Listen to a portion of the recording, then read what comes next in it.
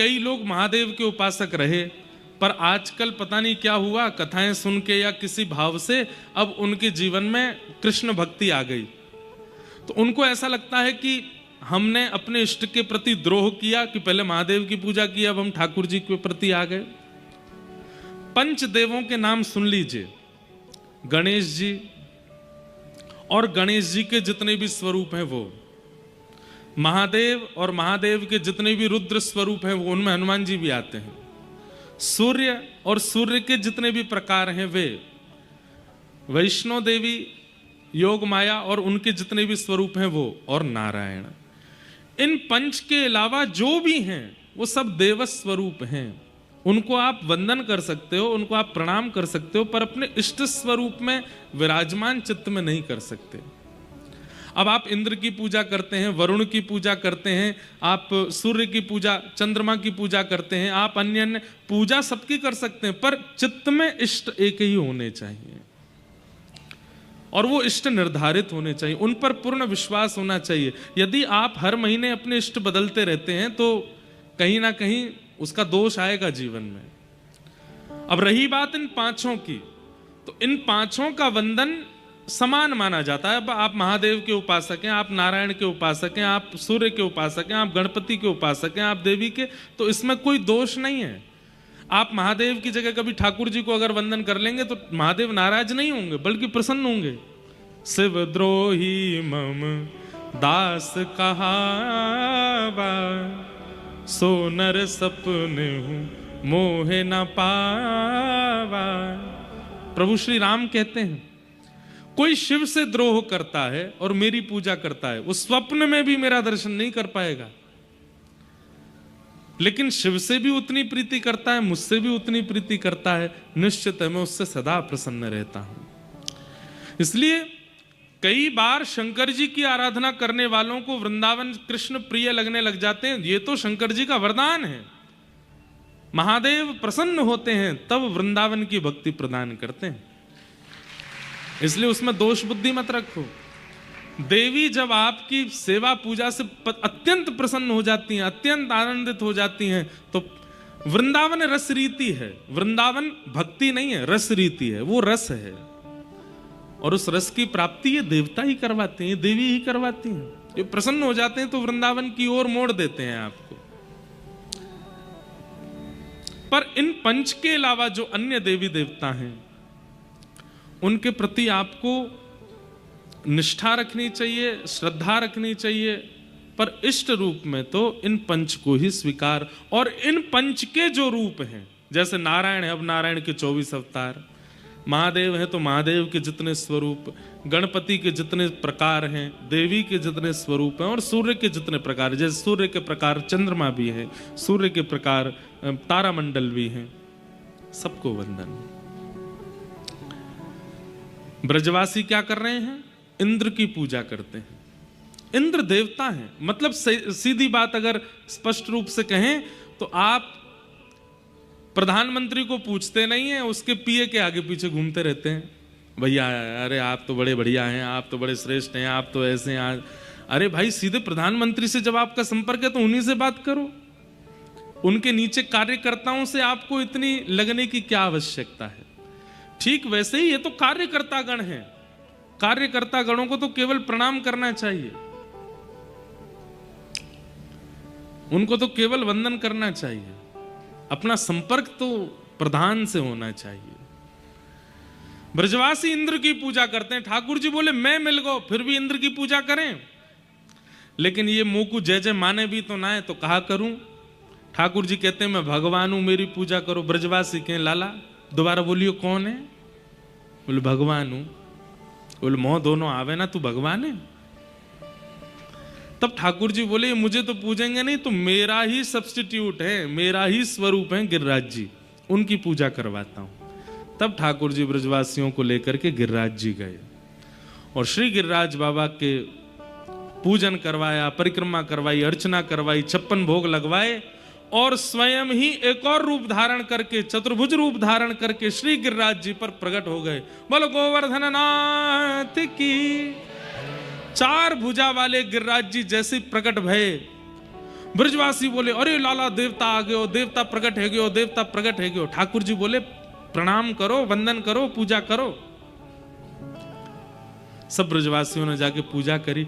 कई ब्रजवासी तो ऊपर चढ़ गए गिरिराज जी पे, और चतुर्भुज रूप में जो गोवर्धन नाथ प्रकट हुए उनके हाथ स्पर्श करके देख रहे हैं असली हैं कि नकली हैं, ये असली देवता तो है।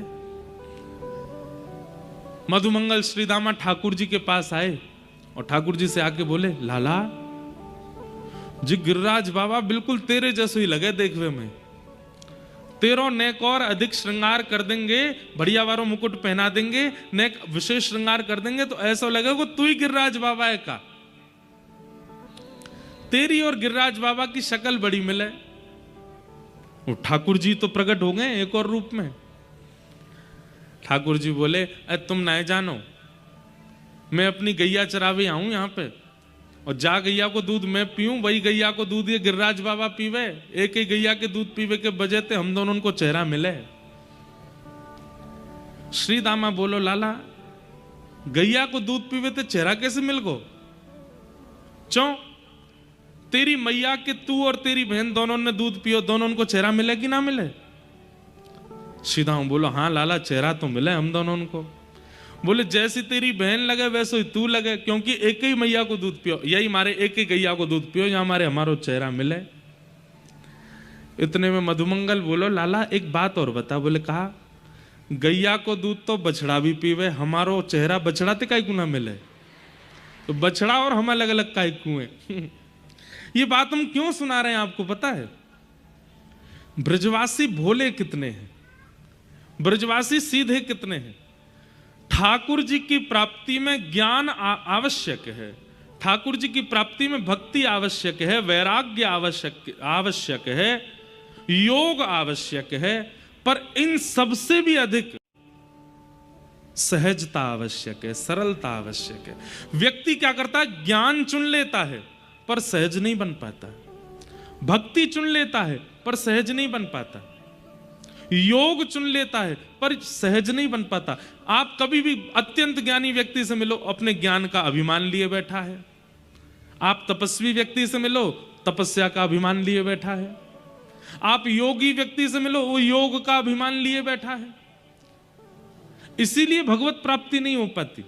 लेकिन आपके पास ज्ञान नहीं है, भक्ति नहीं है, योग नहीं है, वैराग्य नहीं है, लेकिन सहजता है, सरलता है, सीधापन है, ठाकुर जी मिल जाएंगे।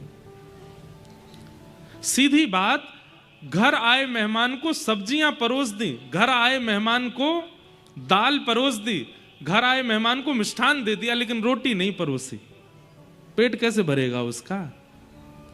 हम ज्ञान मार्ग चुन लेते हैं। ज्ञान मार्ग सब्जी है, वैराग्य मार्ग भी सब्जी है, योग मार्ग मिष्ठान है, लेकिन भूख की निवृत्ति तो सहजता सरलता रूपी रोटी से ही होती है, वो हम लेते नहीं है। सरल बनो। नित्य ठाकुर जी के आगे हाथ जोड़ के एक प्रार्थना किया करो, क्या? ठाकुर जी हमें सरल बना दो। हम बहुत आडंबर में आ चुके हैं, हम बहुत दिखावा करने लगे हैं, हम बहुत असहज हो गए हैं, हमें सरल बना दीजिए। नित्य ठाकुर जी से प्रार्थना किया करो, सहज बने हम, सरल बने हम। बचपन में जब हम स्कूल जाते थे तो स्कूल में एक प्रेयर होती थी, हमको मन की शक्ति देना, मन विजय करे, दूसरों की जैसे पहले खुद को जय करे। जब हम ये प्रेयर गाते थे तो बच्चे स्कूल में कहते, बोले प्रेयर में क्या सिखाते? बोले क्या सिखाते? बोले टीचर को बाद में गुड मॉर्निंग करो, पहले खुद को कर लो। माता पिता को बाद में प्रणाम करो, पहले खुद के पांव छू लो। ये अर्थ नहीं है उसका। अर्थ क्या है? स्वयं पहले सुधार लीजिए, स्वयं को पहले सहज बना लीजिए, स्वयं को पहले योग्य बना लीजिए, फिर दूसरों की योग्यता देखिए, दूसरों की योग्यता पर जय जय करिए। हमारी तो बस एक ही प्रार्थना है, भक्ति के अंदर कोई गुण हो चाहे ना हो, सहजता होनी चाहिए, सरलता होनी चाहिए।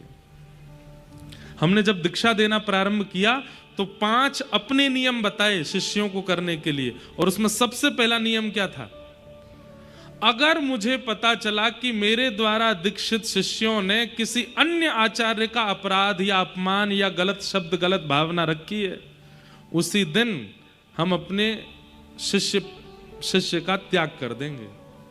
आप अन्यों की निंदा नहीं कर सकते, आप दूसरों की अवहेलना नहीं कर सकते, आपको सबको प्रणाम करना है, चाहे वो आचार्य जैसे हैं, सबको वंदन करना है, क्योंकि वंदन सहजता सिखाती है। दूसरों के आगे झुकना, इससे सहजता आती है। आप कोई छोटे थोड़ी हो जाओगे किसी को प्रणाम कर लोगे तो। कई लोगों को हमने देखा है वो प्रणाम करने में संकोच करते हैं। क्यों? प्रणाम कीजिए, वंदन कीजिए, सबको आगे झुकिए, उससे सहजता आती है, सरलता आती है। हमारी स्थिति ऐसी बन गई है कि हम सबसे व्यक्तिगत मिल नहीं पाते, पर सत्य बताएं इच्छा बहुत होती है कि सबसे मिलें, सबकी बात सुने, सबके पास बैठें, लेकिन अब मिलने वाले आ गए 100 लोग, 100 में से 80 लोगों की इच्छा तो केवल फोटो खिंचाने की है, ना उनको बात करने का है, ना उनको कोई जिज्ञासा है, ना उनकी कोई इच्छा है। उनका इच्छा तो केवल एक है, फोटो खिंच जाए महाराज जी के संग। और फोटो खिंचाने के चक्कर में कभी पैर भी धर देते हैं, कभी कोहनी भी मार देते हैं। आज तो कईयों ने बाल भी खींच लिए, वो तो बढ़िया हमारे असली बाल हैं। कई लोग जिनके असली नहीं है वो अगर हमारी जगह होते तो क्या ही होता पता नहीं। सहज बनो, सरल बनो, दीन बनो, दैन्यता चित्त में लाओ, क्योंकि भगवत प्राप्ति के लिए ये अति आवश्यक गुण है।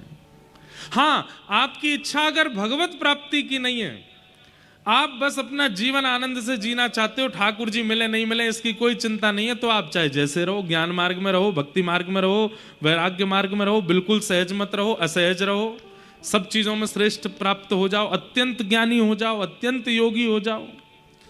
लेकिन किंचित भी भावना यह है कि मेरे प्राण निकले उससे पहले मुझे श्री राधा रमण जी का दर्शन करना है, मेरे प्राण निकले उससे पहले राधा वल्लभ जी का अनुभव करना है, तो सहज बनना पड़ेगा, सरल बनना पड़ेगा, क्योंकि ठाकुर जी को सरल ही प्रिय है, सहज ही प्रिय है। यदि ज्ञानी को मिलना होता तो ठाकुर जी मधुमंगल, श्रीदामा, तन सुखा, मन सुखा, धन सुखा, इनको कभी सखा नहीं बनाते, सुखा, धन सुखा, इनको कभी सखा नहीं बनाते। यदि धनवान से मिलना होता तो सबरी के यहां कभी नहीं जाते, रूपवान से मिलना होता तो कुब्जा के ऊपर कृपा कभी नहीं करते। इन सब पर कृपा का ये प्रमाण है कि ठाकुर जी को और कुछ प्रिय नहीं है, सहजता प्रिय है, सरलता प्रिय है, दीनता प्रिय है। इसलिए दीन बनो और नित्य ठाकुर जी से प्रार्थना करो कि हमें दीन बनाओ, हमें सरल बनाओ, हमें सहज बनाओ। ब्रजवासी बड़े सीधे हैं। अब हम आप सब लोग होते और हमारे सामने अगर ठाकुर जी 4 भुजा धारण करके प्रकट हो गए होते, हम इतने चतुर हैं, हम पहचान जाते कि ठाकुर जी ही प्रकट हुए हैं। पर ब्रजवासी इतने भोले हैं, ठाकुर जी तो कह रहे हैं लाला देवता प्रकट हुए, तेरे जैसे ही दिख रहा है। और ठाकुर जी भी सरलता में कह रहे हैं एक एक गैया को दूध पियो या हमारे चेहरा मिल लो। तो ब्रजवासी मान भी गए। सरलता। अब इसको कई लोग पता आज की भाषा में क्या कहते हैं महाराज जी, इसको हम लोग मूर्खता भी तो कह सकते हैं कि सामने स्पष्ट है और फिर भी हम उसको पहचान नहीं रहे हैं। मूर्खता अलग होती है, सहजता और सरलता को आप इस शब्द से मत जोड़िएगा।